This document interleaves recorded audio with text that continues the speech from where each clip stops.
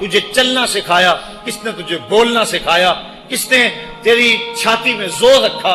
آج تو کڑیل جوان ہے، آج دولت کے انبار تیرے پاس ہیں، آج تو چودھری ہے، آج تو خان صاحب ہے، آج تو بہت بڑا عالم ہے، آج تو مفتی ہے، آج تو پیر ہے، آج تو منسٹر ہے، آج تو ناظم ہے، آج دنیا تیری باج گزار ہے، آج تیرے دماغ میں وہ قوت رکھ دی گئی کہ دنیا کو تو انگلیوں پہ نچا رہا ہے۔ ذرا پلٹ کے دیکھنا پیچھے، ذرا پیچھے لوٹ کے تو دیکھ، تو چار پائی کے سہارے بھی چلنا نہیں جانتا تھا، پھر تجھے چار پائی سے چلنا سکھایا، پھر تو نے چلنا، اور چلتا تھا 2 قدم تو گر پڑتا تھا۔ ذرا ماضی کی طرف پلٹ کے دیکھ، اور تو بھول گیا رب کو جس نے تجھے اتنا کچھ دیا۔ چل ماضی کی طرف پلٹ کے نہیں دیکھنا، مستقبل کی طرف ہی جھانک کے دیکھ لے۔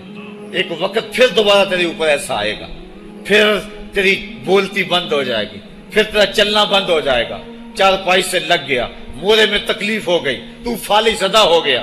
سارے گھر والے 4 دن تو بڑی خدمت میں لگے رہے، لیکن انہوں نے اپنے کام بھی تو کرنے تھے، پھر آہستہ آہستہ تجھے اگنور کرنا شروع کر دیا۔ تو بھی اس بات کو سمجھنے لگا۔ پھر وہ وقت بھی آیا کہ تیری چار پائی کو اندر سے اٹھا کے برآمدے میں رکھ دیا کہ بابا کھانستا ہے، بچے جس طرف ہوتے ہیں جراثیم پھیلتے ہیں، اب نوکر تجھے روٹی دینے لگا۔ شام کو بیٹا آتا ہے، 2 لمحے کھڑا ہوتا ہے، پھر اپنے بیڈ روم میں چلا جاتا ہے، تو اس کی صورت کو ترستا رہتا ہے۔ آج تیری زندگی اجیرن بن گئی، پھر تیرے اوپر ایسے حملے بیماریوں کے ہوئے، ایسی تکلیفیں ہوئیں، بول و براز بھی اوپر، لوگ ناک پہ کپڑا رکھ کے تجھے اٹھاتے ہیں۔ اس وقت تو اپنی زندگی سے تنگ آ گیا، تو کہتا ہے ڈاکٹر کو لگا زہر کا ٹیکہ، مجھے موت آ جائے۔ بتا ہم تجھے موت بھی نہ دیتے تو کیا کرتا؟ ہم نے تجھے زندگی دی تھی، یہ ہمارا احسان، اور اب تمہیں موت اگر دیں گے تو یہ بھی ہمارا احسان ہے۔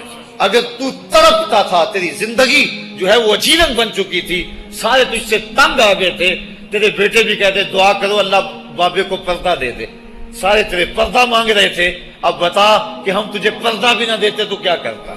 ثم اماتہ فاقبرہ، شکر کر ہم نے تجھے موت عطا کر دی، فاقبرہ، اور پھر اس کے بعد تجھے قبر دی۔ کتا بھی تو مرا تھا، گھسیٹ کے روڑی پہ ڈال دیا، بکری بھی تو مری تھی، گھسیٹ کے روڑی پہ ڈال دیا، تجھے بھی روڑی پہ ڈال دیا جاتا تو کیا تھا؟